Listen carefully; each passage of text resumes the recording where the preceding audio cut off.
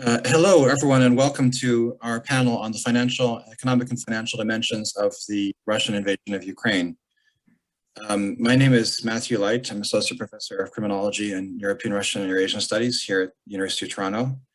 And I'm delighted to welcome you to this panel, which is on important aspects of this ongoing conflict that may not have received the attention in the press and public discourse that they deserve. Namely, the role of Ukraine in the economic and financial decision-making of the Russian government, the potential economic and financial consequences of the war, and how the sanctions that have been imposed or are being considered might play out in terms of the future of the conflict. So let me briefly introduce our panelists, and then I will ask them all to speak for 10 to 12 minutes, and we'll then have some time for audience questions.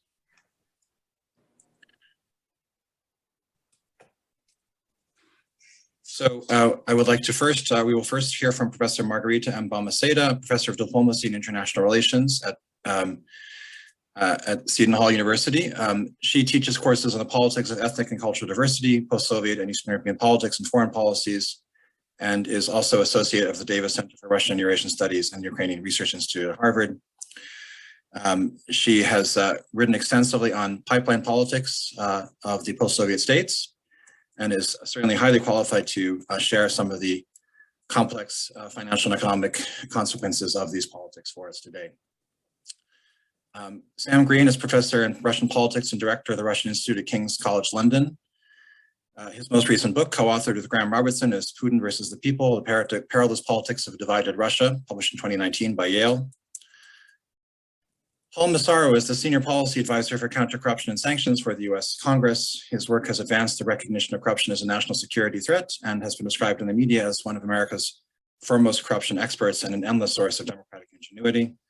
He has worked on over 13 pieces of counter-corruption legislation and facilitated the founding of the Congressional Caucus Against Foreign Corruption and Kleptocracy. Please don't read the whole thing, Professor Light. Yes, no doubt. We will shortly be joined by Tymofiy Melivanov, who is the president of the Kyiv School of Economics. He received his PhD in economics at the University of Wisconsin-Madison and has been working over a number of years on issues such as game theory and contracts, institutional design, and has published extensively in a number of scholarly journals on economics. So I would like to suggest that we begin with Professor Balmaceda, and then perhaps I will ask Paul to speak, followed by Sam, and if you can join us, Timothy.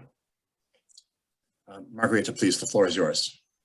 Yes, good evening, good afternoon. It's a pleasure to pay a little bit of attention to really important issues we have really neglected in the past and are really, really important. Before I get started, I would like to make a small caveat. Some of you who may know me from my comments in Twitter and so on know that I have been kind of following very closely the impact of this situation on energy markets, which of course is something I have been working on for many years. But I just want to clarify so that there is no doubt about it. I do not consider this to be a Ukrainian crisis. I do not consider this to be the crisis in Ukraine. In fact, I don't even consider this to be a Ukrainian-Russian war. This is a Russian attack on Ukraine. Unfortunately, the more I look at it, I come to the conclusion that the goal of this attack is not only to achieve some foreign policy results or to destroy the state of Ukraine, but to destroy the Ukrainian nation. I never write this in my tweets, but this is what unfortunately have come to the conclusion so far. Hopefully, maybe something will change and I will have to change my view, but sadly, this is the background. And I want people to know about this. So what I would like to do today in this 10 minutes is to flag a number of issues, which I think are important to keep in mind concerning the possible financial sides to the issue. And yes, I will perhaps pay more attention to energy because this is something I have been working on for a long time. So the way I would like to structure this is to kind of use the temporal lens to present this. I would like to say a few words about how financial and economic issues help to explain how we got here. I would like to say a few words about what is happening on the ground now is affecting the way markets are working globally. And then I would like to say a few words about what we need to be thinking about concerning the future. And then, of course, we have the whole event to continue discussing these issues and also in the Q&A. So when we talk about the role of economics and financial issues concerning how we got to this crisis or the past, I think we cannot avoid talking about energy and talking about the ways in which energy relationships have enabled. First, a certain dynamic in relations between Ukraine and Russia. Second, a certain weakness in Ukraine that has allowed Russia to take advantage of this weakness. And third, a certain inaction on the part of the West, an inaction which apparently has changed dramatically in the last week. I just published a book last year, Russian Energy Chains, where I look at the energy relationship between Ukraine, the European Union, and Russia, that triangular relationship, but from the prism of threat and temptation.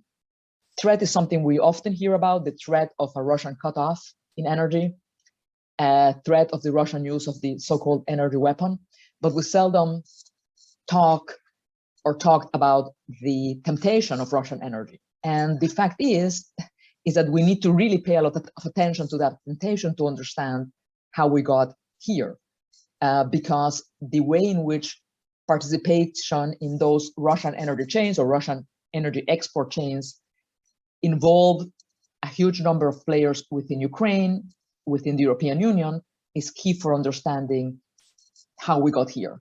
Concerning Ukraine, obviously, corruption was a key element. It made Ukraine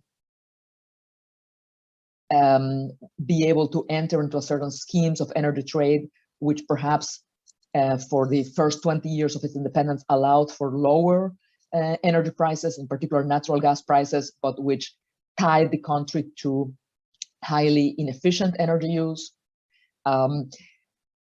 This kind of unique relationship allowed the growth of corruption within the Ukrainian energy system in a way that not only weakened Ukraine, not only gave Russian actors a way to enter the Ukrainian political system, but also was very important in supporting Russia's and Gazprom's narrative about Ukraine as an unworthy, ineffective, unable state, and in particular an inefficient and useless, basically transit state.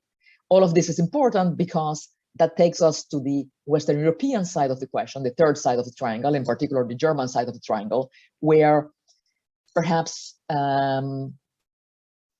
with less attention from the international press until recently, but nevertheless very importantly, participation in those Russian export chains, for example, through Nord Stream 2 and other energy transit projects that would have avoided Ukraine or that were already avoiding Ukraine, made many people very rich. And this is key because the way in which Western European players became involved in those Russian energy chains, energy export chains, helped to exclude Ukraine. And of course, as we now know very clearly, fed the Russian budget and the Russian war chest with billions of dollars every year. Last year alone, Gazprom received almost $8 billion in profit. So I think it's really important to keep this in mind and to understand how that type of relationship really got us here. And this is also very important in terms of how do we look at what will come next. Obviously, we have seen very significant steps by the European Union, by the US, in terms of seeking a move away from dependency on Russian fossil fuels, because finally there has been an understanding that beyond the social role of quote unquote low price fossil fuels, beyond the huge profits that key economic actors in Western Europe could receive from participation in those chains, that has enabled the Putin regime in tremendous ways. So tomorrow there will be an important meeting of the European Union where key proposals on moving away from Russian fossil fuels will be discussed and perhaps approved. You are all aware of the divestment of key Western European oil companies from Russia. But I do want to emphasize that the temptation of participation in Russian energy continues there. And we see that, for example, through the issue of Shell, even after it decided to divest or said it was going to divest from Russian energy, still making large purchases of Russian oil and making a profit out of this. I am waiting every day to find in very small print somewhere a discussion of who will be buying the assets sold by British Petroleum, for example, in Rosneft, who is going to be buying those assets at fair prices.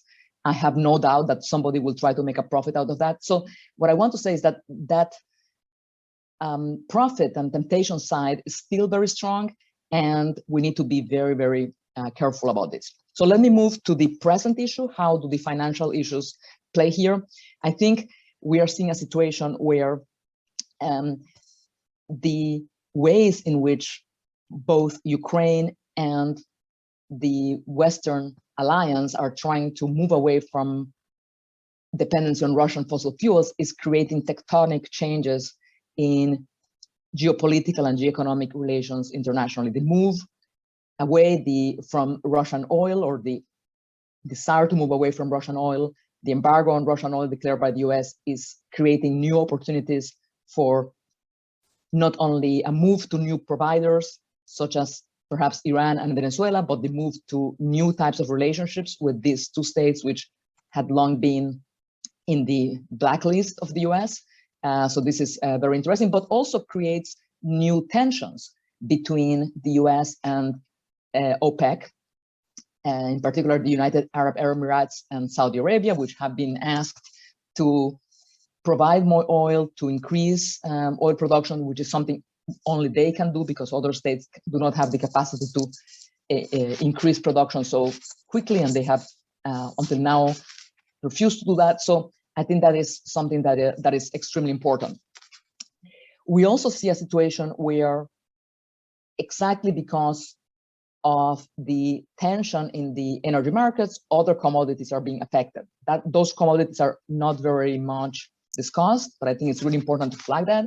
We have seen big increase in the market indexes for nickel, which is also a very important player internationally.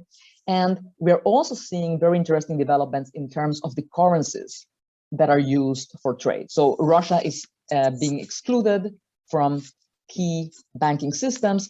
This is actually opening new opportunities for inroads by the Chinese currency, the renminbi, to play a larger role internationally. And I'm very curious to see how China is going to try to cash into that.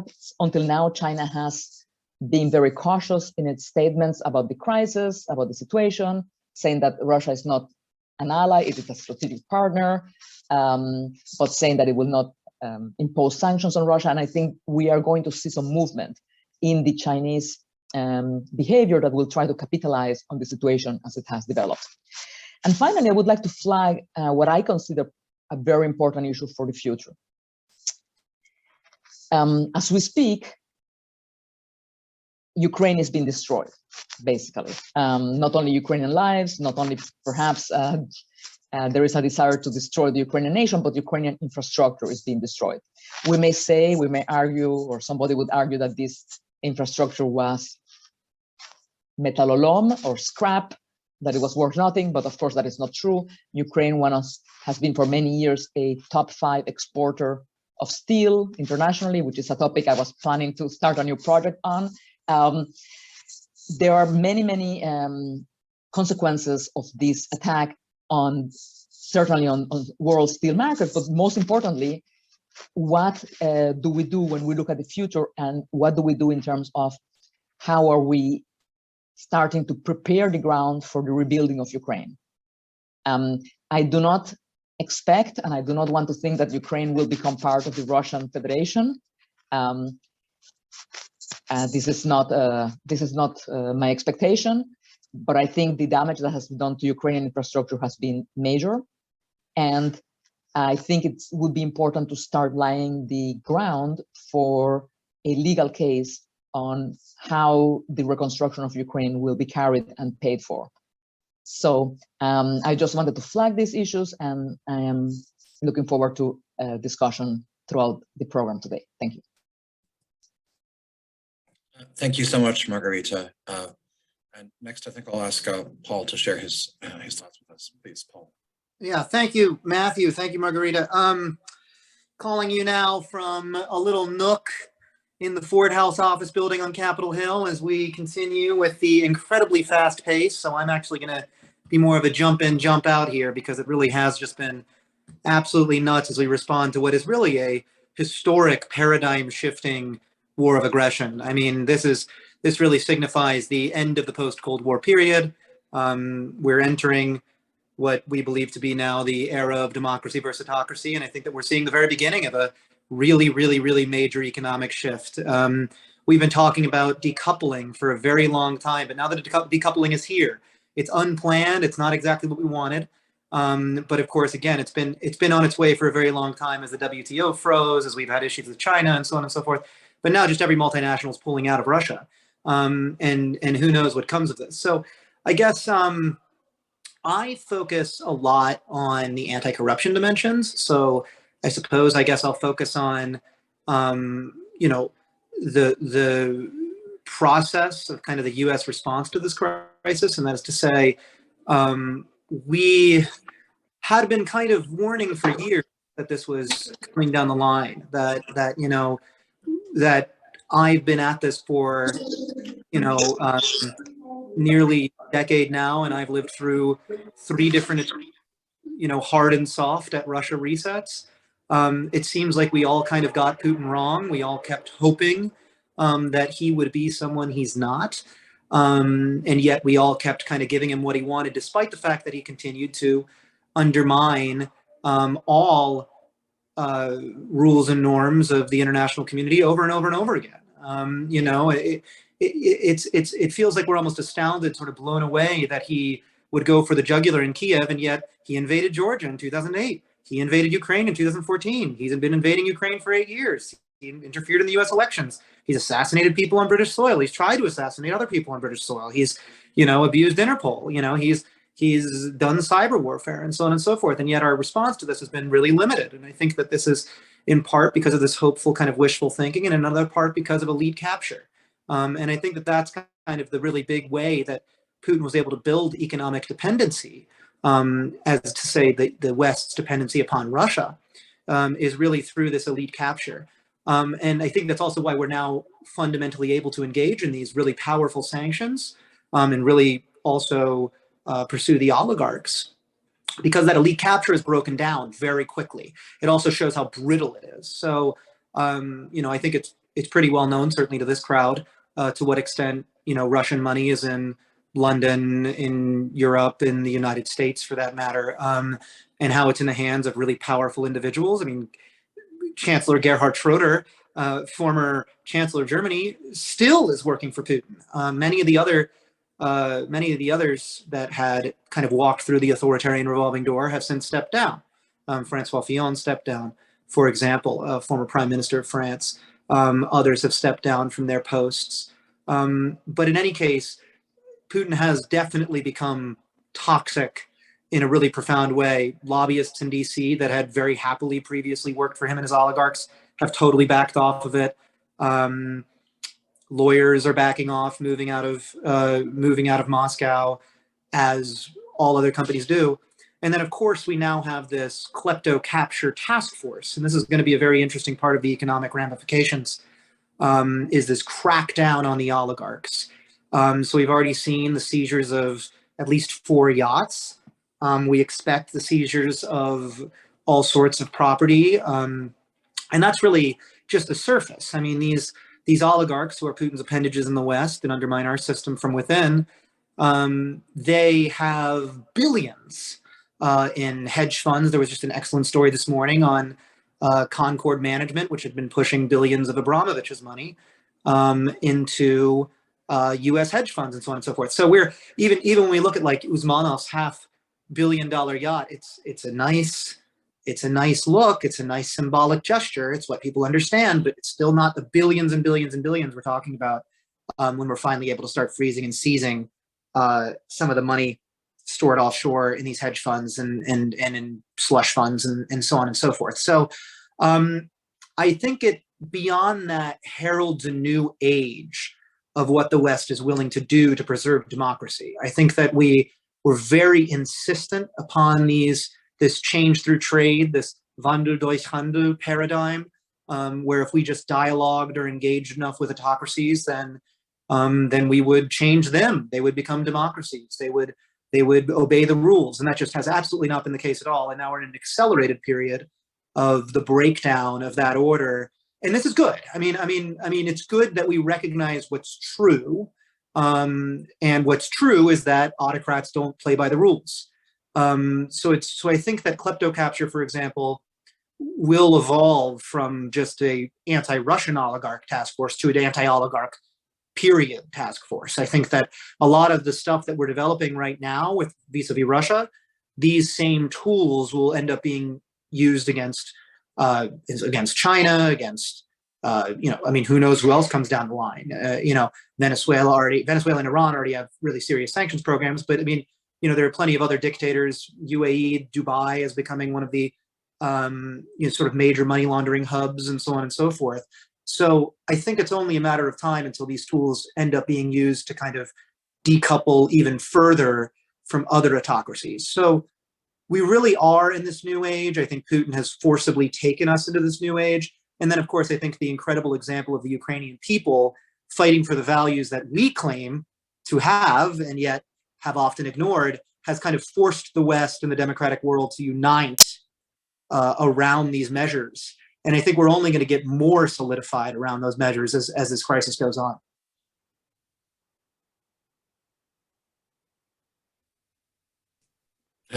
Thank you very much, Paul.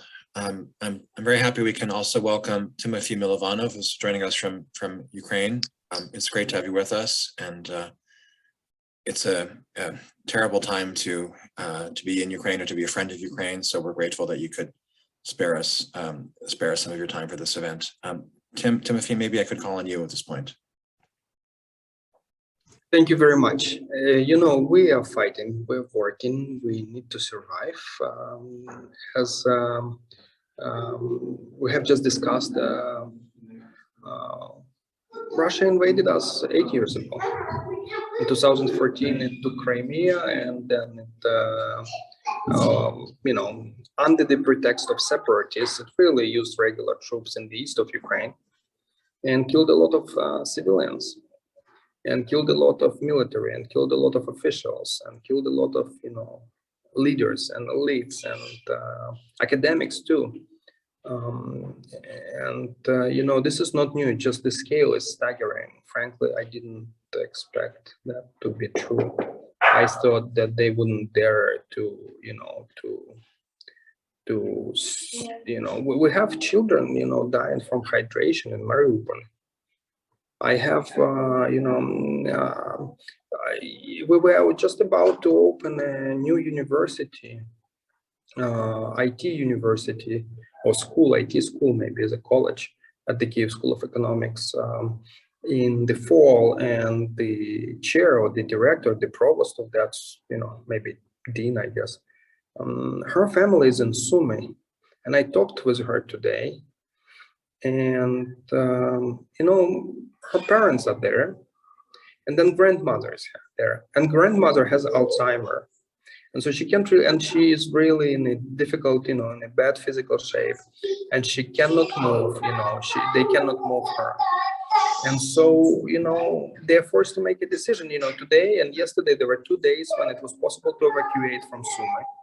And otherwise, Sumy is being shelled daily and hundreds of civilians die there. and they cannot bring themselves to make a decision to leave her there to die, the parents. And so my friend, my colleague, she is, she's not even crying anymore. She's just saying, that I don't want all of them to die, because there was a window and we didn't have a window for 7 days, and a lot of people died, and there's no food and electricity, nothing there. And they don't want to leave grandma there, because grandma will die within a week or two, just because she can't take care of her and of herself. And I thought, I read about things like that in history books, in World War II, atrocities committed or Holodomor, or Holocaust. Holodomor was Ukrainian, where we were starved by the Bolsheviks regime in Ukraine, and people had to decide which children live and whom to feed, and sometimes the really awful things happen. And I thought it is in the past. It was somewhere very abstract. 3 weeks ago I was in San Francisco, I met with people at Stanford. I gave a talk at Chicago. Maybe 4 weeks ago I gave a talk at New York. I was in Pittsburgh teaching, and I'm in the 21st century, and I'm thinking that this kind of decisions are left behind, at least not on scale. But now, we have millions of people, millions of families in Ukraine who are making this type of decisions. And it just shouldn't be happening. And it's not, it's a disease. It's some kind of, it's as threatening to humankind existence as climate change. It's something which we have to take. We have to learn not to let the societies get to the point where they do, where one official or one leader, so to speak, quote unquote, issues an order, and others just as an order. That's what Nazis were saying. That's what communists were saying. It's just an order. They were not thinking. They are outside of politics. It's not about politics anymore. It's about humanity. So while it's good that we're rational and we're academic and we're trying to talk about what could be the end game, what's the reason, but fundamentally, it shouldn't be happening in the 21st century, and it is happening at that scale in Europe. So there's something seriously wrong with this society, and we need to find out what it is and prevent it. And the second point I want to make, regardless of what happens in Ukraine, and regardless of our bravery and our resistance and our ferocity, and I think in the longer run, Russia and nuclear weapons together is not a sustainable combination or equation, and it is just too dangerous. So something has to be done about this. Either Russia has to be decoupled from Putin, but it's not just Putin, it's the disease, because people let that regime to exist. It is supported, or at least by enough of apathy by people. Or you have to decouple Russia from nuclear weapons in the next decade or two. It's just too dangerous. And I think the world comes to realize, I really agree with my colleague who's saying that we were in denial, and now some kind of wishful thinking that the world is different. No, the world is not different. It is what it is. And now we see it. And, my call for everyone is, don't be in denial. Figure out what really is happening. The data is there, the info is there. Make up your mind. It's threatening on a global scale, for Europe at least, and maybe further outside of Europe too. This is not looking good. It's a major conflict, and it's going to escalate and escalate.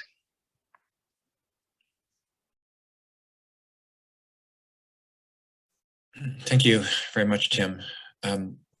Sam, would you like to speak now, please? Thank you, first of all, for the invitation and for drawing this together.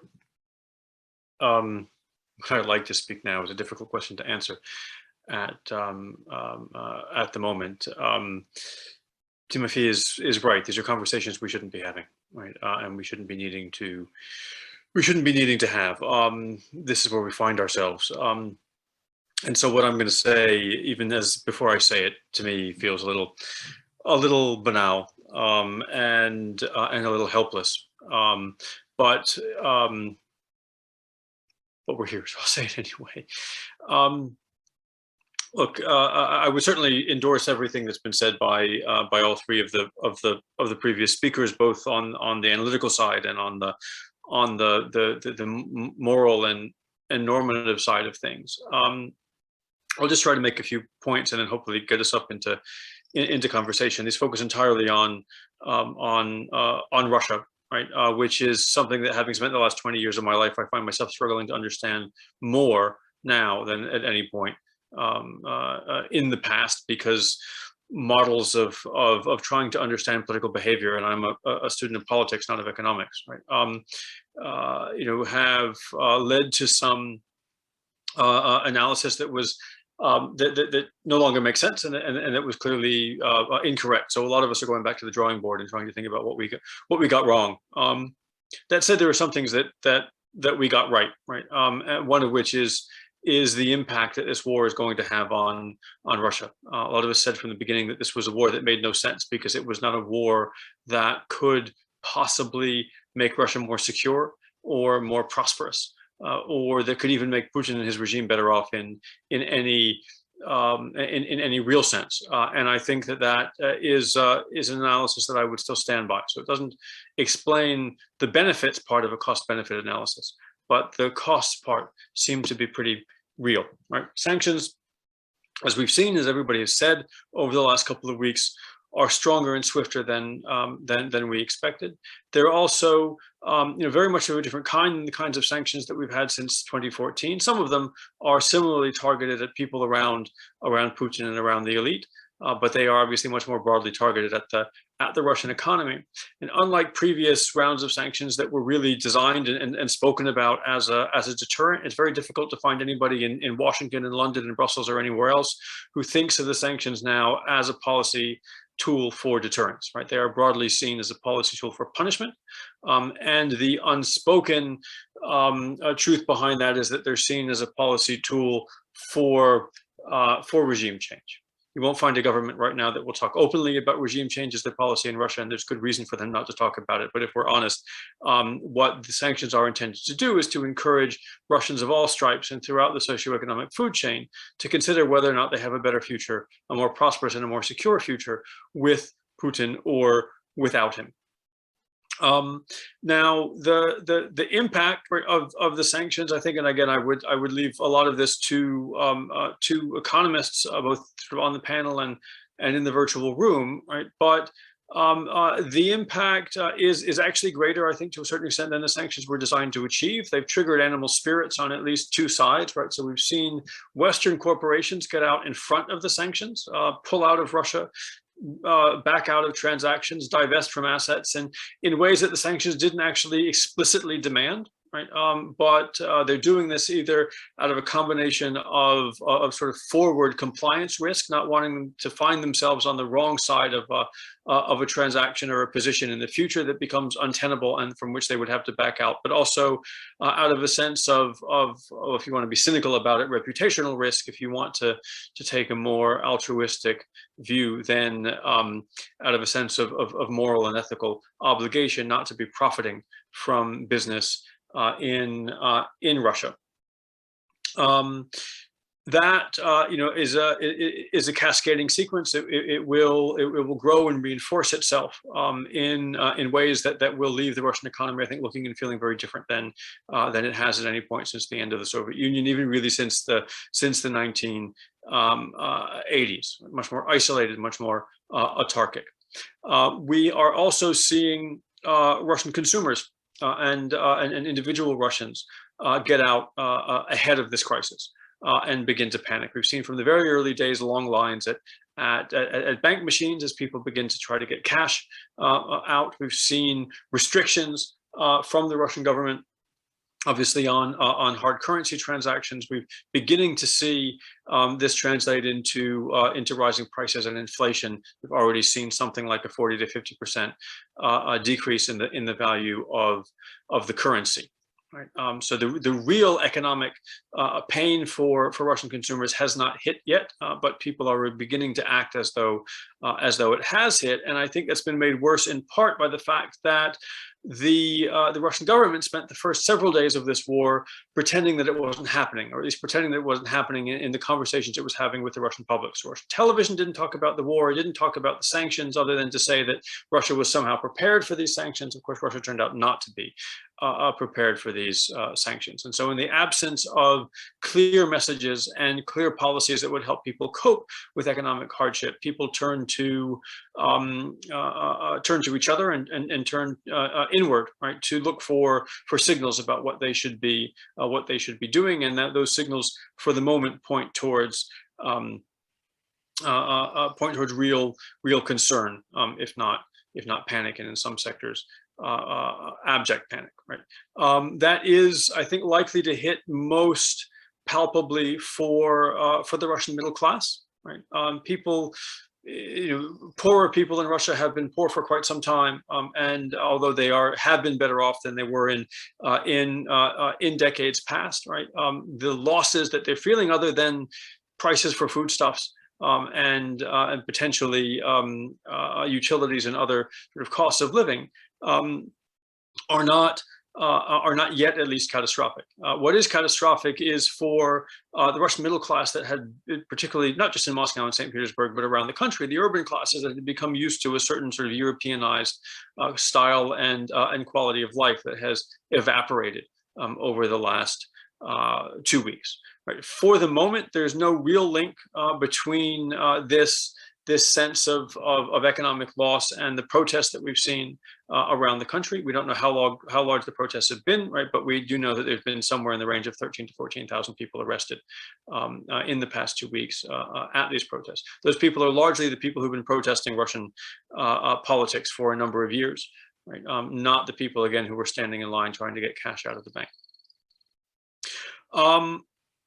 The impact on the elite, I think, is radical and potentially underestimated.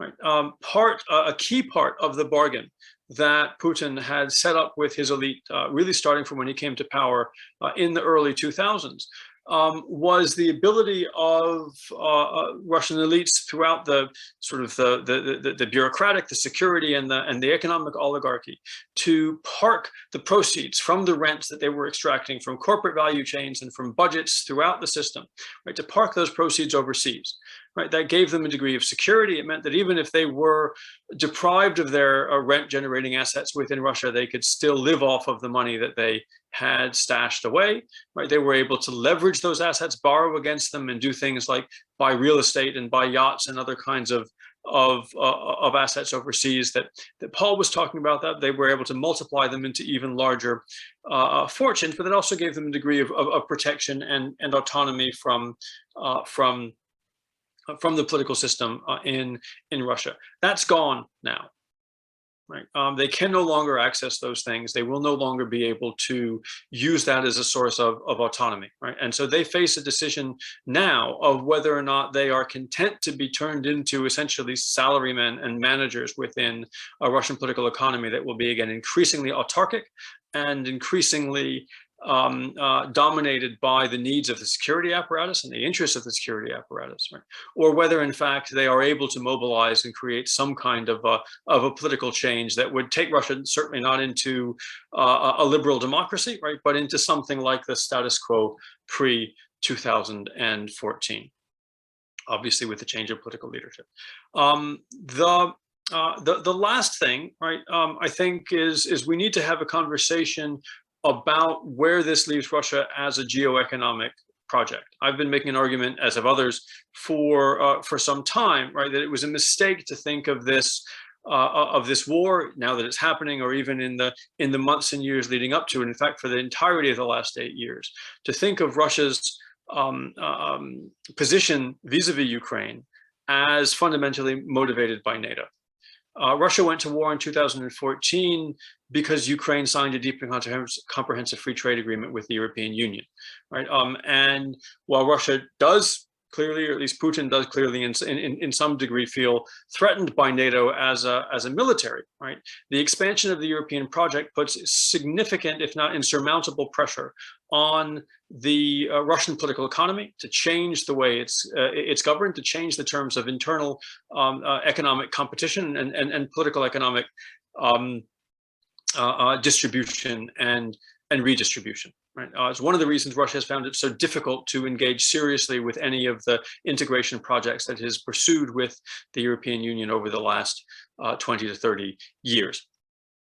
The European Economic Union, right, was, I think, a key part, right, in trying to resist that pressure and build a space in which Russia's economy felt that it could breathe but maintain the same structures of rent-seeking and kleptocratic governance. Having a country as significant and as sizable as Ukraine become part of that European project was something that I think Moscow could not countenance. Now, I have no idea what it thinks it's going to do with the Ukrainian economy if it is ever able to capture it, and I have serious doubts that it would be able to capture it, given what's happened over the last 2 weeks. But I think Moscow is going to have to think very seriously about its relations with its other partners in the Eurasian Economic Union.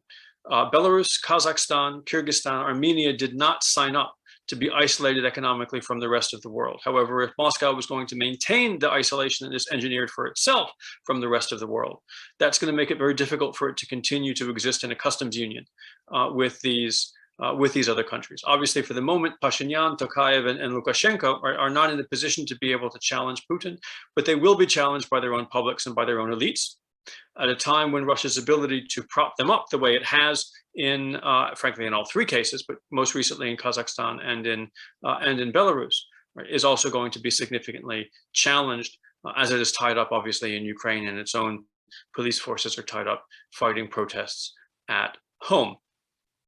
So I think this has opened up a very significant set of challenges, right, for which I don't think the Kremlin has any solutions, but we will have to watch these spaces. Thank you. Thank you very much to all our presenters for those very insightful remarks. While we wait for some questions to come in, I think it would be only appropriate to give a further opportunity to our guests from Ukraine to speak to some of the issues that have been raised. Tymofiy, I don't think anyone can listen to your remarks without feeling distressed by the suffering of the Ukrainian people and outrage on their behalf. At the risk of sounding cold-blooded, I wonder if I could ask you to comment on your perception from inside you of the efficacy of the economic measures that have been taken so far, and what further economic measures you would like to see put in place by Western governments. All right, so we're actually doing analytics at the Kyiv School of Economics for the government and sanctions. And if you have ideas about how to think conceptually, I call for these ideas to be forwarded to me. I'm on Twitter, I'm on Facebook, and my email is publicly available on my University of Pittsburgh website.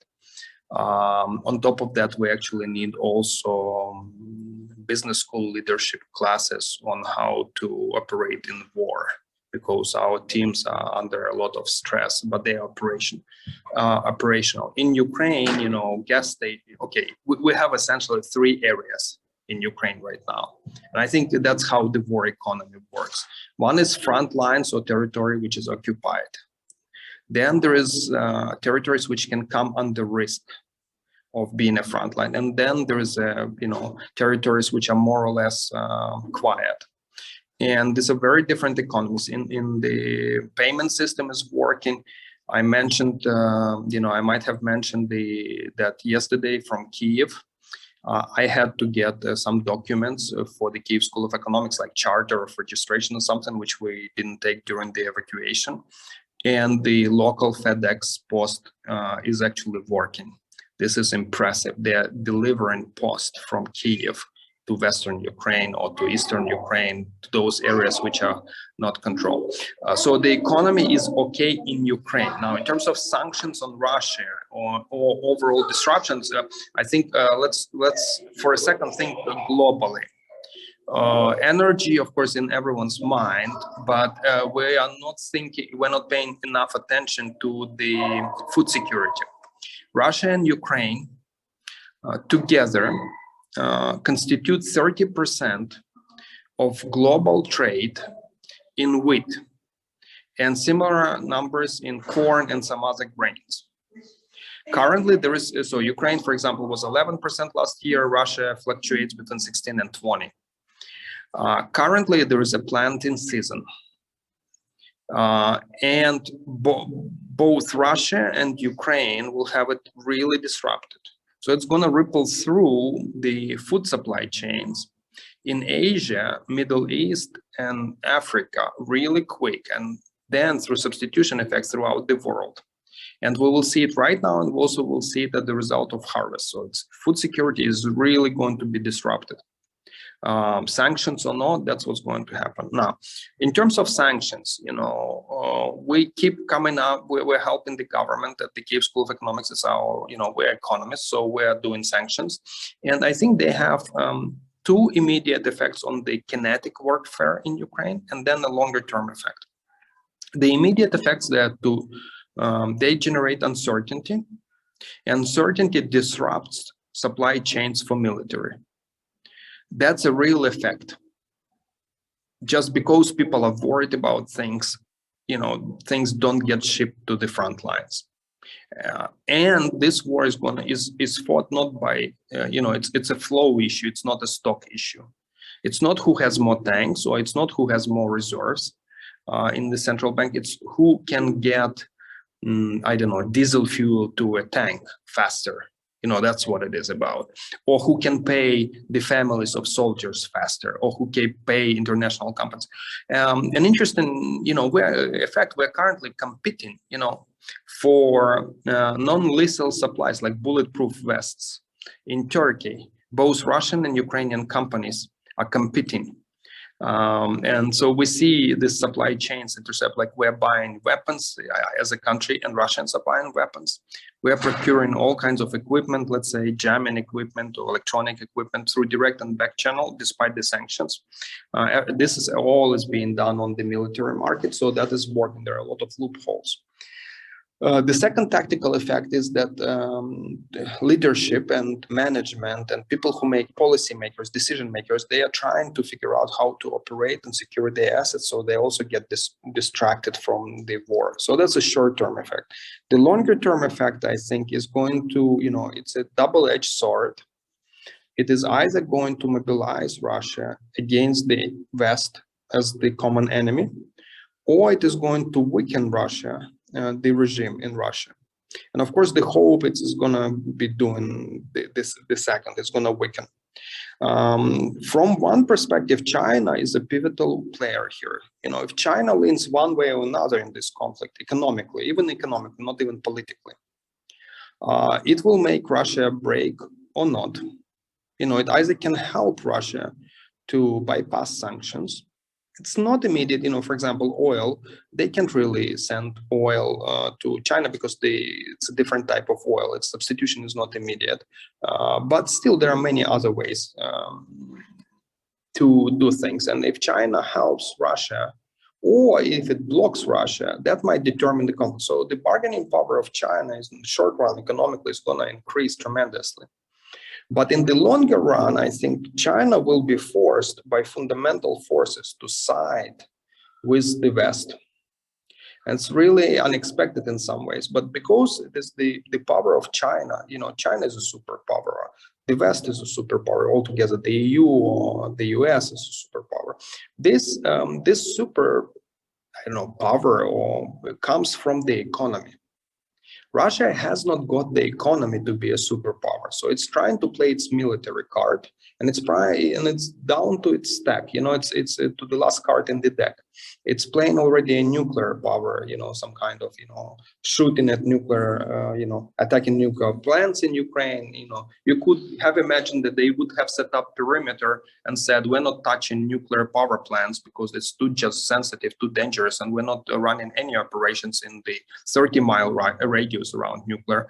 They didn't do that. They went right ahead after them. So that means that their strength is coming from really aggression and force. And in the long run, that's not in the interest of China, because the disruption for the global economy is going to be huge. And China, as a powerful player, would probably be interested in some stability at some point. At least it's my thinking. I might, or our thinking of some of people, and it might be wrong, but this is the thinking. So I think sanctions are going to work. They can only be complementary because they're not going to, in the end, the conflict will be played out in the field. Ukraine appears to be resistant. Russian military appears to be in many ways incompetent or low morale or something.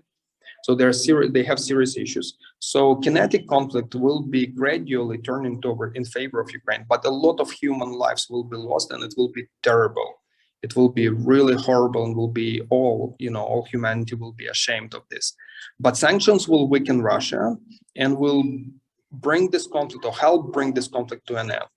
How it's going to play out in the end, it really depends, in many ways depends on China's position, I think. Thank you.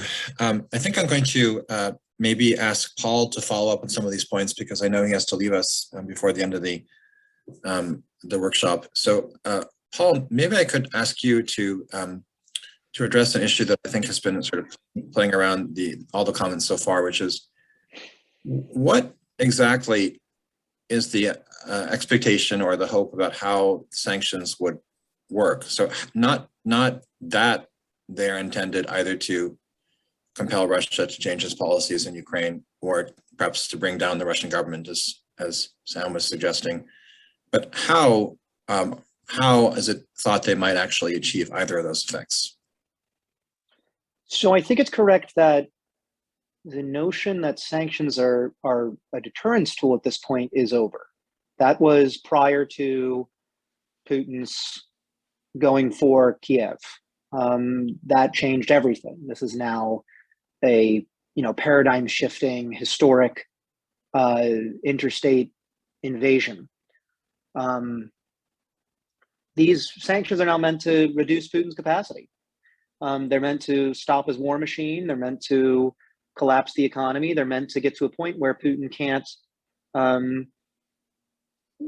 kill as many people. I mean, it's very scary and sad to say. I mean, Putin is doing awful, horrible things, as we just heard. But I do think that the sanctions have damaged his capacity to do that, which is the goal, is to damage the capacity to do that. I think that last I checked, it was, for example, just energy, which we're now just starting to ban. Of course, we started with financial sanctions, and then central bank sanctions and de-swifting and so on and so forth. And we're just starting now with the energy sanctions. The United States and the UK will engage in a full-on energy sanctions, and we're pushing the European Union to engage in those as well, which will really hurt because it's really the Europeans buying the gas. But Putin's getting $750 million a day from that, which continues to fuel this war machine that's committing atrocities against Ukraine. So that's the idea, is to reduce the capacity. I think that the end state here. I mean, look, I think China expected the blitzkrieg to work. I think everybody did. I think Putin clearly did. I think the West did. I think the West thought it would work, and it didn't. It's day 14, and the Ukrainians, unbelievable bravery and courage. Zelensky turned out to be a modern day Winston Churchill. Absolutely, in my lifetime, in my time doing this, he's a leader from the history books. I've never seen anyone with his level of charisma and courage, general wherewithal, and concern for his people and his country. It's moving, and I think it's in part for those reasons that we had to do what we did, and why the West had to wake up. I certainly think that I made this tweet that Ukraine saved the West, and I very much stand by that. I think if the blitzkrieg had succeeded, then Putin would have got everything he wanted, and perhaps would have accelerated the decline and collapse of the democratic global order by a decade. Maybe more. I think that we would have immediately taken it as a fait accompli, just like we did with Crimea. It's very, very, very sad. Of course, Crimea is occupied. It must be returned to Ukraine, but many did take that as a fait accompli. But we were unable to do that this time. The Ukrainians did not allow us to do that, and so the only other option was to actually take a stand. And now we have, and we've rediscovered our own values. We've rediscovered who we are and what we stand for. And I think we owe the Ukrainians an enormous debt for that, because that's the reason I got into public service to begin with, because I believe in that. So I think to have our countries come together and for that common cause is really extraordinary. I think Putin's in a tough spot now. His military is out of gas. He's got no food, no training. I mean, this shouldn't surprise us as much as it does in hindsight, because the Russian state is a patron state run off corruption. You know, corruption does not create good bureaucracy. It does not create good militaries. It does not create any kind of efficiency. Corruption creates a lot of different problems, a lot of different lack of supplies and a lack of food. And this is all things we're seeing. So the abandonment of military equipment is like massive. You know, we've never seen this level in a military conflict of the Ukrainians just being able to just take Russian, kit that's been kind of just abandoned or captured, in whole, not destroyed.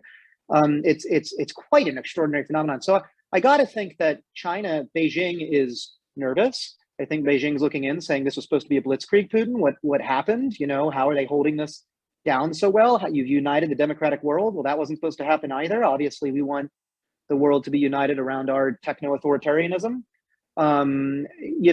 I think Putin himself is frustrated. I think he's thinking, oh no, So I think that we're at a dangerous juncture where Putin may even be considering a face-saving ceasefire of some sort. I actually do think that's on the table with enough pressure, but I also think the other option is terror.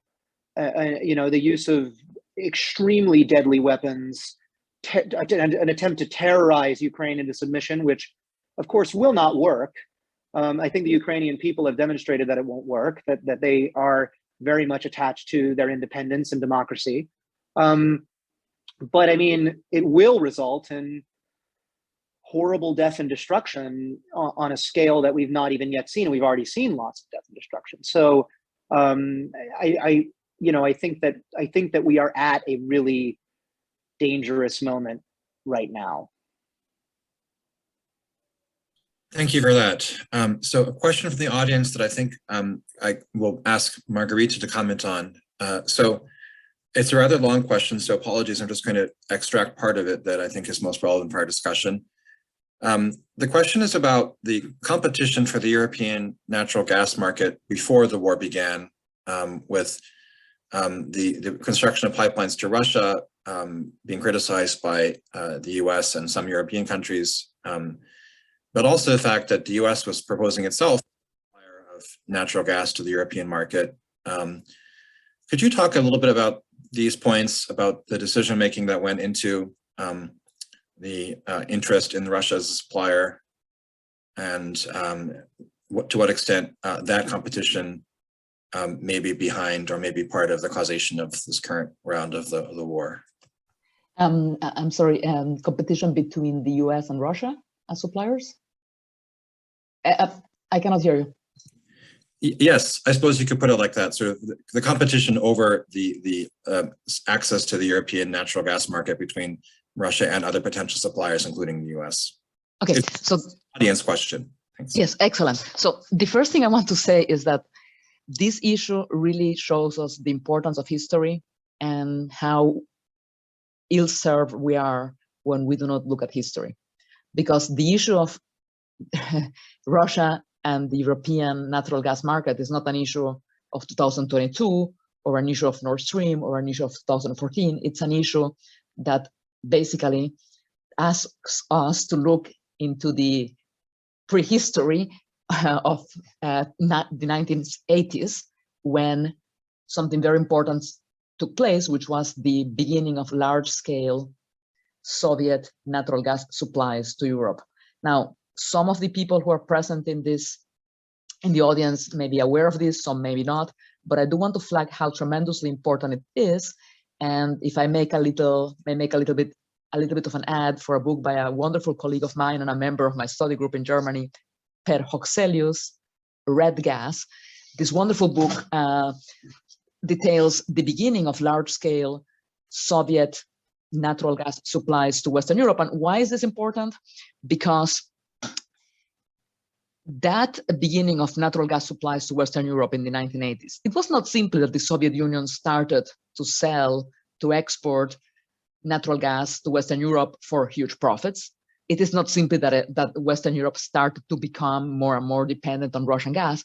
Actually, the building of this system as a technical system, because you had to build the pipelines not only from the Soviet Union to Western Europe through Ukraine, for example, but in Western Europe, created a joint elite, a technical elite that was very proud of that investment, a technical elite that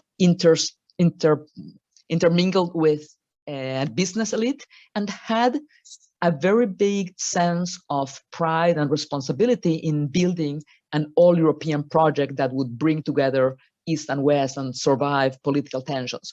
Moreover, that system of natural gas supplies that started in the 1980s actually co-created a system of contractual relations, a certain type of contracts that would dominate the European natural gas market until the mid-2010s and even partially today, a system of long-term contracts, of certain destination clauses.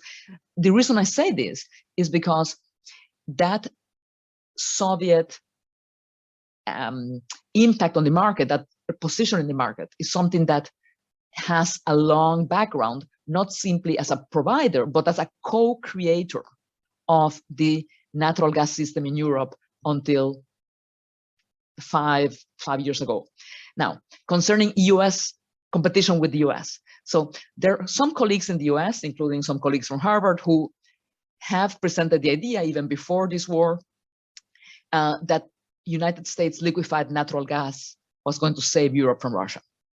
And similarly, some people from the left have argued that the only reason the US wanted to stop Nord Stream, and I'm talking here about the debates in 2019, 2020, 2021, was because the US wanted to provide and sell and market that liquefied natural gas. Both positions are incorrect because they are based on the assumption that that liquefied natural gas from the US would have been usable by the Western European allies and economically competitive. And neither of those is true. For another set of issues that I discuss in this book, Russian Energy Chains, the European Union declined to support the building of infrastructure that would have allowed those states to import that liquefied natural gas. So in Northern Europe, there are not enough terminals to receive that liquefied natural gas. Similarly, that liquefied natural gas fetches a much higher price, again, for a number of reasons, which if we have time, we can discuss. So it has never been a real option. It may be in the future. There are about 10 liquefied natural gas terminals in planning for Europe, and I think the European Union is kind of changing its voice, its position concerning whether it will guarantee those investments. But the point here is that that competition between Soviet, now quote unquote Russian gas, and American gas is more a construct than a reality. And it has been used by different sides in the question, and in particular by many in Germany, to disqualify American concerns about Nord Stream 2. I leave it at here, but I'm happy to go back into some details later. Thank you so much. That's very illuminating. Now, if I may, while I wait for a few more questions from the audience, a question for Sam. Just to maybe ask you to comment on some of the issues that the other speakers were addressing, and that also came up in your remarks about the possibility of elements of the Russian elite or our middle class becoming disillusioned with the current structure of authority in Russia. I certainly understand the argument that people in Russia may be changing their mind about the Putin government, whether it's middle class people who are finding their standard of living severely affected, or people in the elite, or even in security services who are reportedly not happy with the way things are going. But to throw a possibly naive question, what does that matter for Putin's survivability as a leader? I mean, at what point does any of this actually become a problem for him? Who are the key selectorates that may be becoming disenchanted and possibly in a position to compel him to change course, if not remove him? Sure. It's a good question. I think we need to separate out two things, although they are linked. So I'll link them back together after I separate them. One is the street, right? And I put the middle class in that quotient, right? The middle class is not an elite by any definition, right? And as I was trying to say earlier, right, there are people who've been out in the streets protesting. There's not all that many of them, although that they've been quite persistent with the protests. The protests now are a little bit larger than they were around the time of where the protest wave in general has grown bigger than the protests that emerged in the early 2021 around the return and arrest of Alexei Navalny, just for sort of comparison's sake. But they broadly draw from the same constituents, right? So it's a constituency of people who already, right, opposed Putin, who already think that Russia needs a new kind of governance. And if there's anything that keeps them off the street, it's a combination of fear, right, and of a sense that they are, sorry, a very distinct minority, right, and thus unlikely to succeed, right? There is a much larger population of people who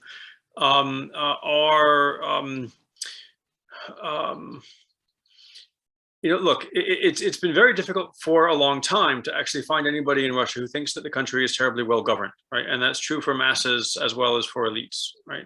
It's not well governed. If you look at opinion polls by Levada and others, they've shown consistently that people understand the government is corrupt. People understand that Putin rules on behalf of a self-interested elite, right? So there's no illusions about this. Right? The problem is that the vast majority of people have seen nothing. Unlike, frankly, the vast majority of Ukrainian citizens, the vast majority of Russian citizens have had no experience in the last 40 to 50 years of any change in government bringing a material improvement to their lives. Material improvements in whatever they have been able to get for themselves in terms of prosperity and security have been understood, rightly or wrongly, as the result of their own ability to cope as individuals and within their social circles and their social milieus. As a result, right, the opposition's challenge, and I'm talking about prior to this war, right, the opposition's challenge has always been to convince them not that Putin is corrupt or not that the government doesn't care about the common citizen, but that if they were to get a change of government, it actually might be worthwhile. It might improve their lives. The other way to alter that calculation, right, is to show that if this government stays in place, things will become so catastrophically bad that just about anything would be better, right? And I think that's the danger for Putin in this situation, right? Now, where that begins to connect back up into the elite is that the most likely thing that happens, right, if the street becomes uncontrollable from Putin's point of view, the most likely thing that happens is that then turns into an elite challenge, right? Because one of the key roles that Putin has historically played for the elite has been to mediate the relationship between an elite that is corrupt and fundamentally illegitimate in the eyes of the public, right? To mediate the relationship between them and the public.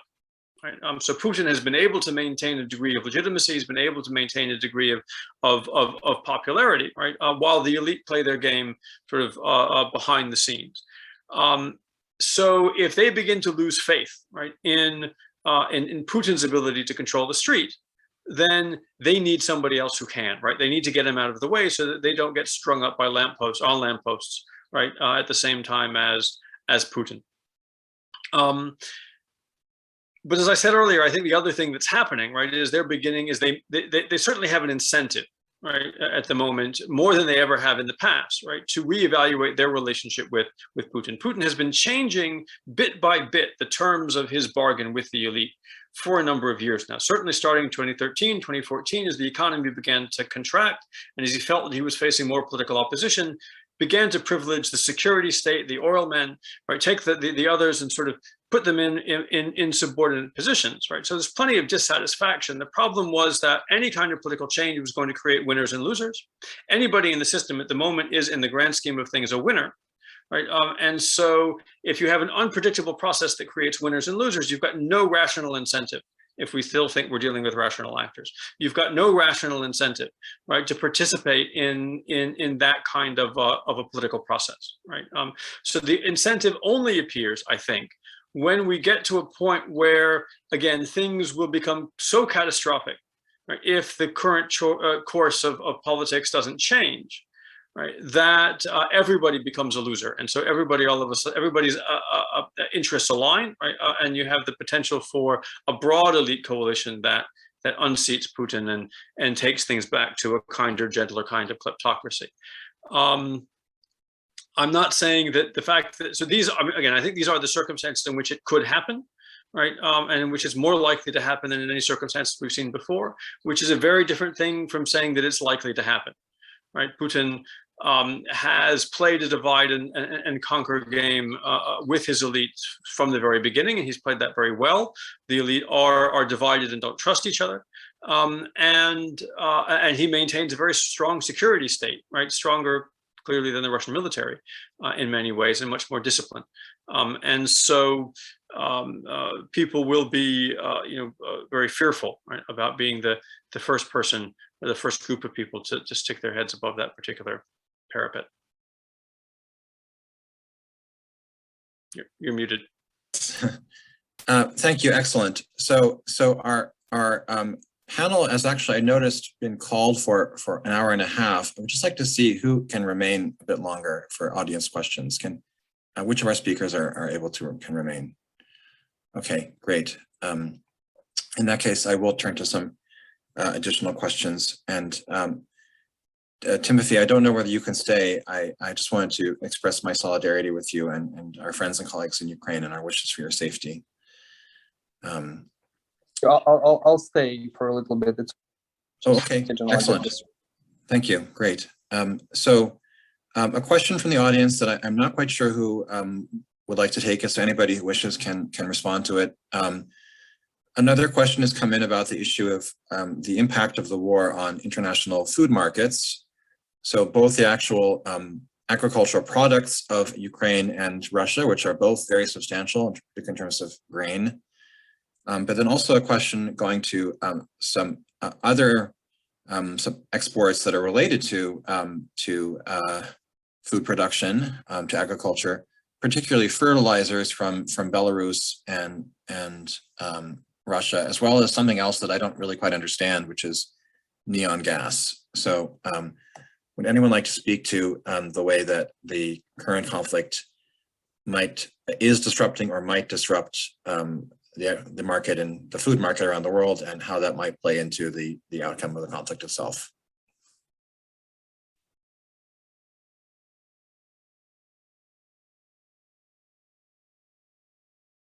I'd like to say a few words about the fertilizers, not the food market, but it's related because you need fertilizers for food production. And I think it's a very good question because it flags how different parties here, in particular Belarus, have benefited not simply from the supply of quote unquote ready-to-use fossil fuels from Russia, but from the export of goods made from those fossil fuels. And in the case of Belarus, they basically, one of their largest export items are refined oil products and potash and another type of fertilizers that I forgot the name of, both of which depend tremendously on Russian natural gas, either because natural gas is used as a direct feedstock in the process or for the production process. And I am not exactly sure whether the new sanctions against Belarus directly mention fertilizers. I believe they do, but that could be very important. And Belarus is a significant player in the fertilizers market. I don't remember the amount it exports, but that is an important further side of the question. So I don't have all the details right here at the top of my head, but I think it's a very interesting way in which that set of dependencies are playing themselves out. And it could be one reason for Belarus to try to change its views, but I think it's too late for Belarus now. I think it has little choice in terms of how deeply it has allowed control by Russia in the last months to take place. Yeah, if I can add on fertilizers too. So, I was Minister of Agriculture at some point too.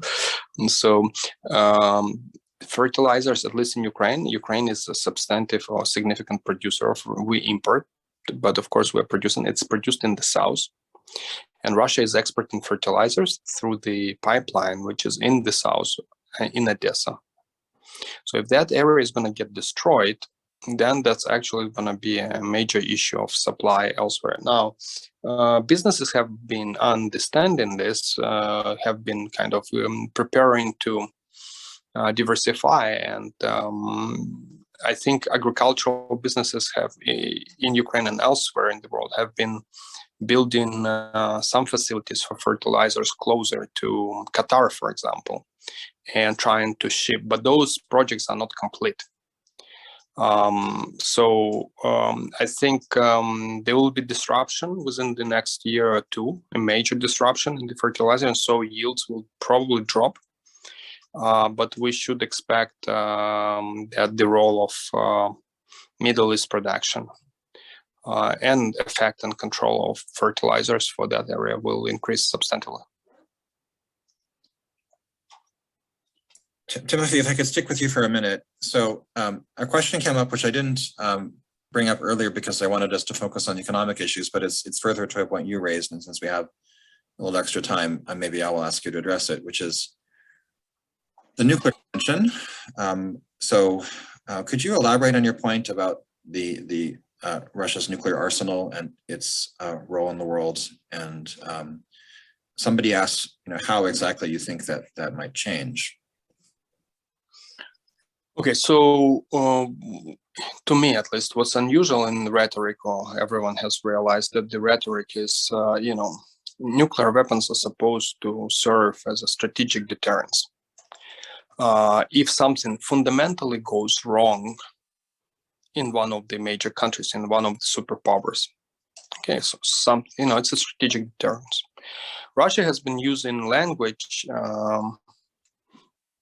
that it's almost suggests that they are thinking about tactical offensive capabilities of nuclear weapons. So that's very different doctrine. I think it's going to scare everyone around the world.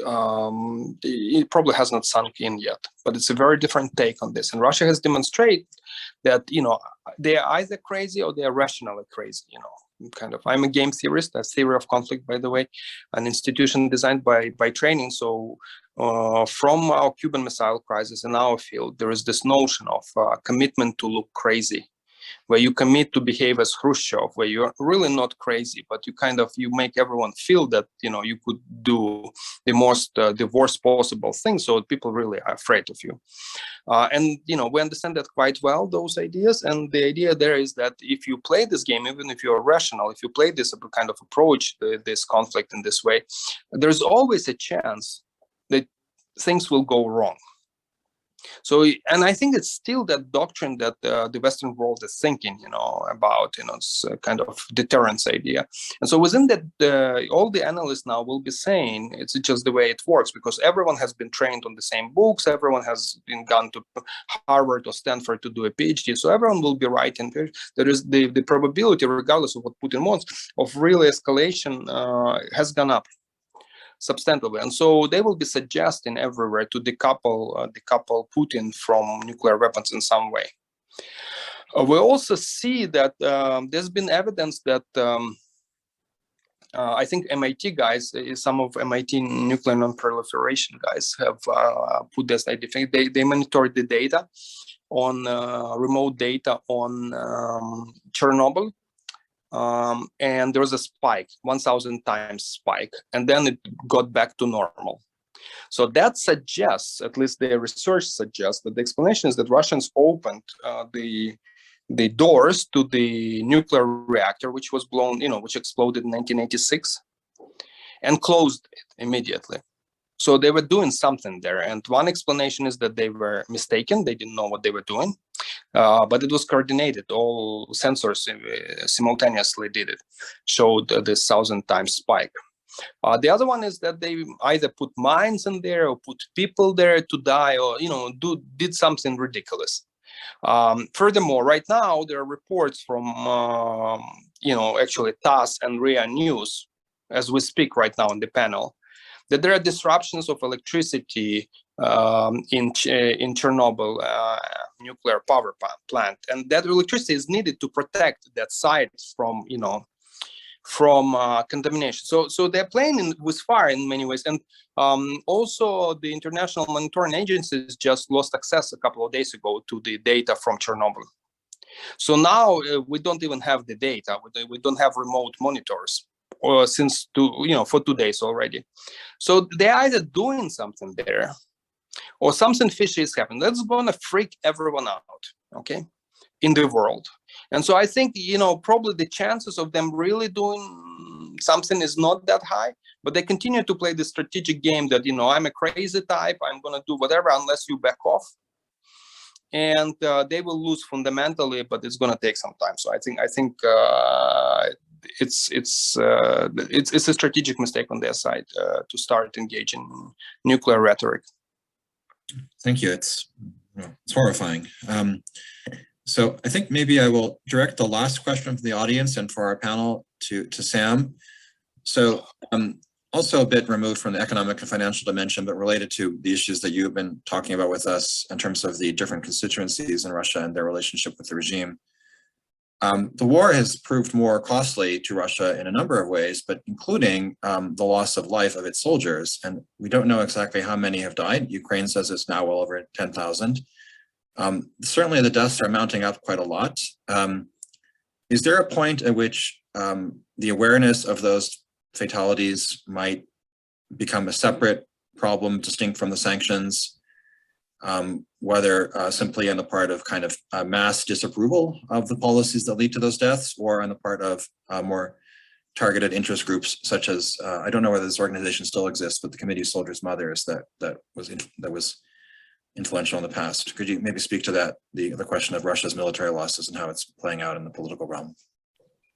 Yeah, at the moment it's not playing out in the political realm because of course it's not covered, right? And it's become very difficult for anybody to provide any kind of coverage of the war. As we know, right, the Duma has passed legislation that allows for jail sentences of up to 15 years for even calling the war a war or an invasion, or for providing any kind of information that is not officially distributed and sanctioned information. The Committee of Soldiers' Mothers does exist, and it was actually reasonably outspoken right at the very beginning. Particularly, they had distributed some pictures and some video from the places where soldiers were waiting, essentially ahead of the invasion, along the Ukrainian border, in some pretty dire conditions in which they were subsisting. And they did initially speak out and immediately speak out against the war. They do not have the kind of resonance that they did in the 1990s, when, of course, they were really instrumental in putting pressure on the Yeltsin government to bring a negotiated end to the disastrous first war in Chechnya. As the second war ramped up, even before then, the security state, did everything they could to really dismantle and marginalize the organization. So while it's still there, it is very much a shadow of its former self. I think this is really an issue of information polarization for Russia, right?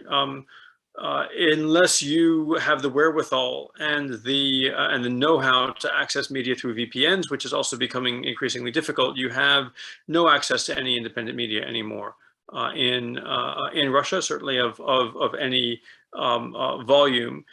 People are not getting information about the war, except for those who have already learned to essentially tune out and turn off Russian state television, which remains, unfortunately for our purposes, a minority, right? So it remains a very highly divided political and media environment. I think, though, it is inevitable that at some point, right, because there is sort of an ambient information space as things do filter through into people's, Telegram chats and WhatsApp chats and other things, right, that pictures of the body bags will come through. I would also think that, you know, it is a reality, right, that tens of millions of Russians, right, have Ukrainian heritage. Tens of millions in Russia are from cities that are currently being bombed by the Russian military. It's one of the reasons why some of these people find it so difficult to even believe that this is happening, right? Eventually they will see the pictures. And it's one of the reasons why, in fact, I was among those who thought that this was not a road that Putin was likely to go down, because that's a risk that he's not going to be able to manage. Right. We've seen support, right, in opinion polls, which are very difficult to interpret, right, because there's data quality issues and other issues of people supporting, you know, what they think is a small scale special military operation. Right. There is passive support for just about anything that Putin does because he is Putin. Right, and because he is this symbolic element in Russian politics that is also widespread, and we shouldn't underestimate.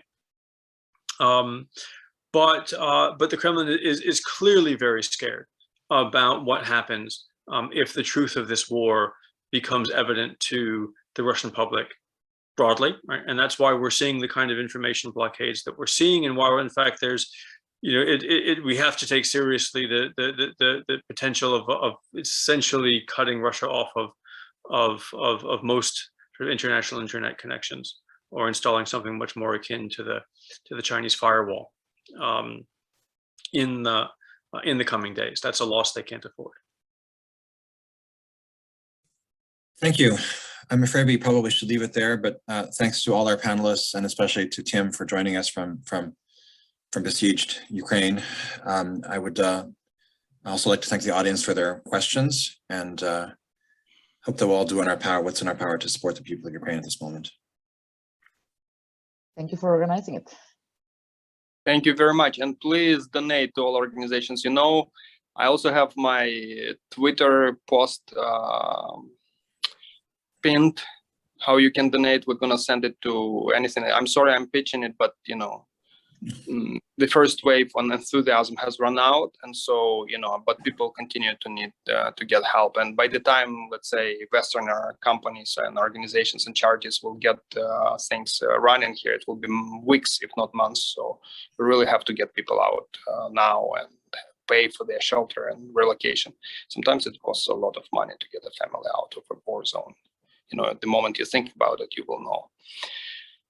So I ask you to choose any organization, and I ask you to, you know, keep being informed. It's our obligation as citizens, as humans, to be informed about things like that. So, and make up our own minds about what's happening and what we can do. Thank you very much for hosting it. Thank you very much. Thank you.